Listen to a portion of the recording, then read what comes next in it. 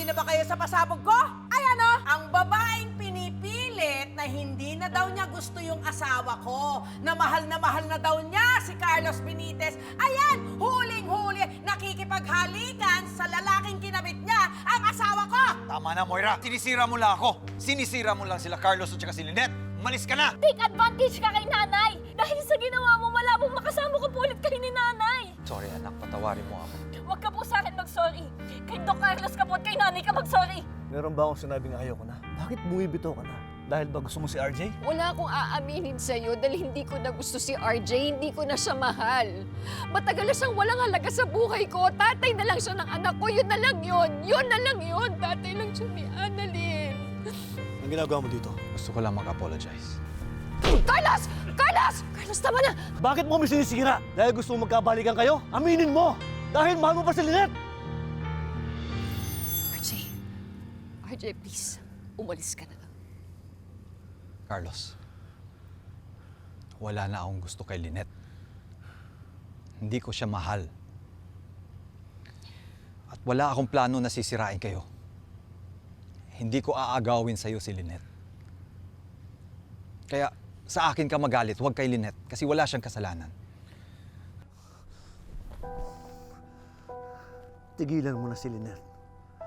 Dahil wala ka nang babalikan.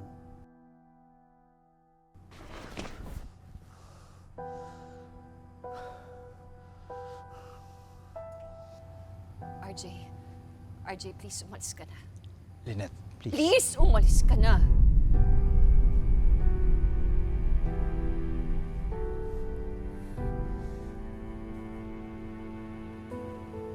Carlos. Carlos, please. Halika na. Umuwi na tayo.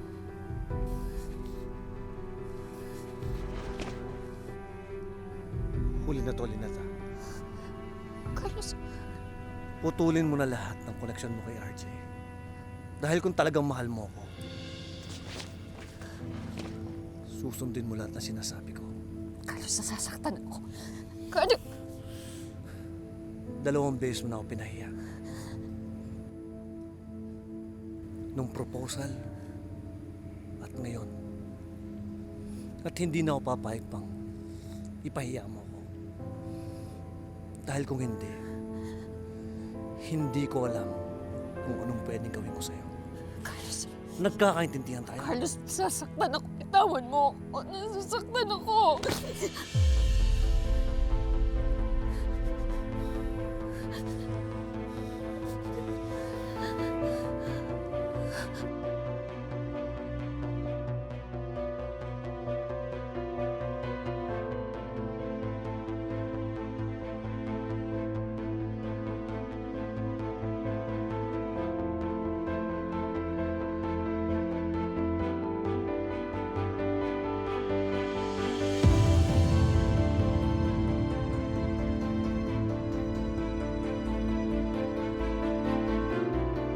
Ma'am Giselle? Ma'am, buti ligtas kayo. Kumusta si Doc Annalyn? Wait a minute, Nurse Ning, right? Ah, yes po. Ano yung sinasabi mo na mabuti ligtas ako? Ma'am, kasi nagkagulo daw po dun sa engagement party ni Doc Carlos at ni Ma'am Lynette. Akala ko po kasi dun kayo galing. Ano bang nangyari? May nasaktan ba? Nag-bomb threat daw po si Madam Moira. What? Oh my gosh! Talaga? Hindi naman po bomba. Naglabas po siya ng picture ni Ma'am Lynette na kahalikan si Doc RJ. Oh my gosh, really? Diba? Napakalaking pasabog. Ma'am, I'm sure na fake siguro yon kasi hindi naman siguro gagawa ng ganun si Ma'am Lynette. Yeah, but of course.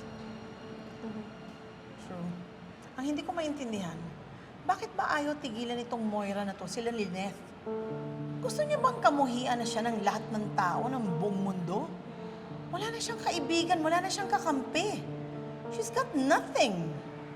Di ba, ma'am, siya pa rin po ang may-ari ng Apex? Di rich and powerful pa rin po siya.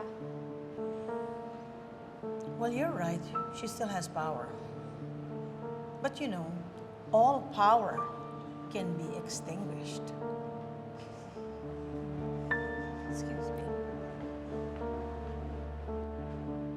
All power can be extinguished. Mommy, bakit mo ginawa yun? Hindi mo ba naisip na pwedeng maghiwalay si Doc Carlos at si Tita Lynette? At kapag nangyari yun, ano, Tita Lynette will be free. And Dad will surely run after her. Hindi ba ikaw ang talo? Zoe, anak, ang ingay mo naman. Manang-mana ka talaga sa akin. Alam mo, bago ko pa ginawa yung lahat, pinag-isipan ko na yan. Unang-una, kasal pa rin kami ng daddy mo. Kaya kahit anong gawin niya, hindi niya makukuha si Lynette. Pangalawa, kung si Lynette naman ang lumapit sa daddy mo, then it will just prove that she is a home-wrecking kabit. Pangatlo, si Annalyn, because of her morals, will surely despise her mother. Magkakasira ang mag-ina, magkakasira ang mag-ama, and most especially, magkakasira si Lynette at si Carlos.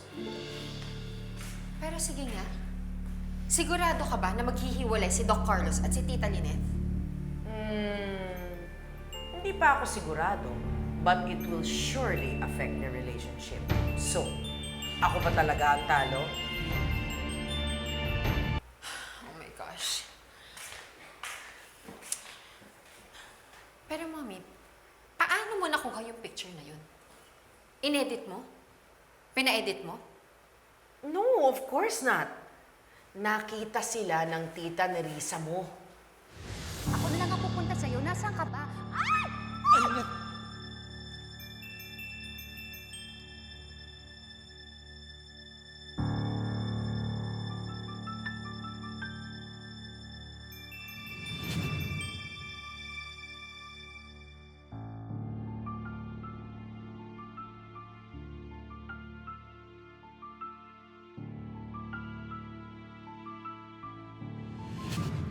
Aba, ni Risa, milagro nagparamdam ka. Akala ko ba galit ka sa akin? Bah, pasalamat ka, Moira. Tinawagan pa kita. Kahit alam kong tinangay mo yung wine ko nung umalis ka. As if naman gusto kong tawagan mo ako. Ano ba kailangan mo sa akin? Hoy, Moira, wag mo akong tinatarayan, ha? Ikaw ang may kailangan sa akin ngayon. Anong kailangan ko sa'yo? Well, kanina kasi galing ako sa park. And guess who I saw? Si RJ at si Lynette. Magkasama sila. What? Yun lang. Bye! Wait. Sandali, ni Risa. Listen. Pasensya ka na doon sa mga nasabi ko. Alam mo namang mainit lang ang ulo ko nun eh. Tsaka, ikaw lang naman ang nakakaintindi sa akin. You're the only friend I have left. Okay? Pasalamat ka, mabait ako. Okay, may isasend ako sa yung mga pictures. Baka magamit mo.